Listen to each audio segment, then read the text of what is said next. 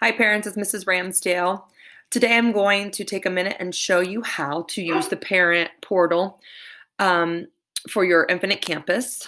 I have mine bookmarked here, and I'm going to apologize now because my kids and my dog are going to probably be making noises, so I'm just going to go ahead and apologize now. All right, when you log in to your parent portal, you have to first set up an account.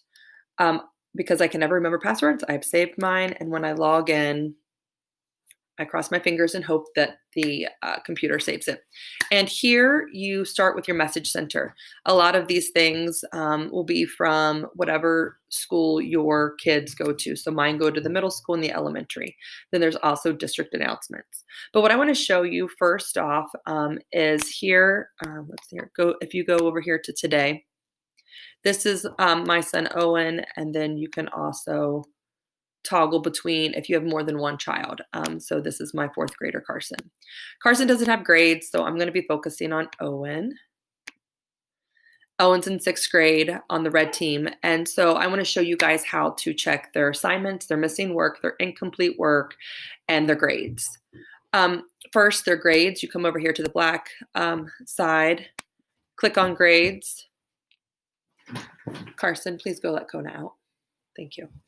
When you click on grades, you can scroll down. The application of life skills is just really for our report cards, but this is where if we had any issues, we could put what your child is struggling with. But what you want to do is you want to come down here, and here is his ELA grade. You can see it's in progress. His math grade right here, it's in progress. Science and social studies. In progress just means that it's the current grade. The interims are coming up, and so the interim grade will be what we call your middle grade. It's just what grade your child has at the midpoint of the 9 weeks. If you want to check their grades to see why they have their grade, I'll get to that here in a minute. You would just click on here and it opens it up and you can look at it. But what I really want you guys to focus on, especially with interims coming up, is the missing assignments or incomplete assignments or absent work. Right here above grades is assignments. Now this is where you can see anything that your kid has done. What you want to make sure of is you want to click on current term. When you click on current term, this will bring to just second quarter. If you click off of current term, you will see that it will be everything for the entire school year, and we don't need that. So what we want to do is we want to focus on the current term. Current term here, you can see my son's grades, and it gives it by date. But really what you want to look for, clearly the grades are over here, but you want to look for anything in red. Red is an issue. So here I can see that he has an incomplete assignment. So if I click on this and open it up, you can see the date that it was assigned, the due date, but really this is the important stuff. You want to look at the teacher's comments. It says missing dividing fractions exit ticket. Now he's got a 2 out of 4, that's 50%. So if it's incomplete, this is where I need to have a conversation with my son and say, call him up from the basement, get him off of the computer and say, dude, what's going on? That's what we really want you guys to be doing, is to have conversations with your kids about their incomplete assignments. When I go back, if I keep it on current term and click missing, I can see that he also has a missing assignment here. And so if I click on it, once again, it shows what is missing and when it was missing.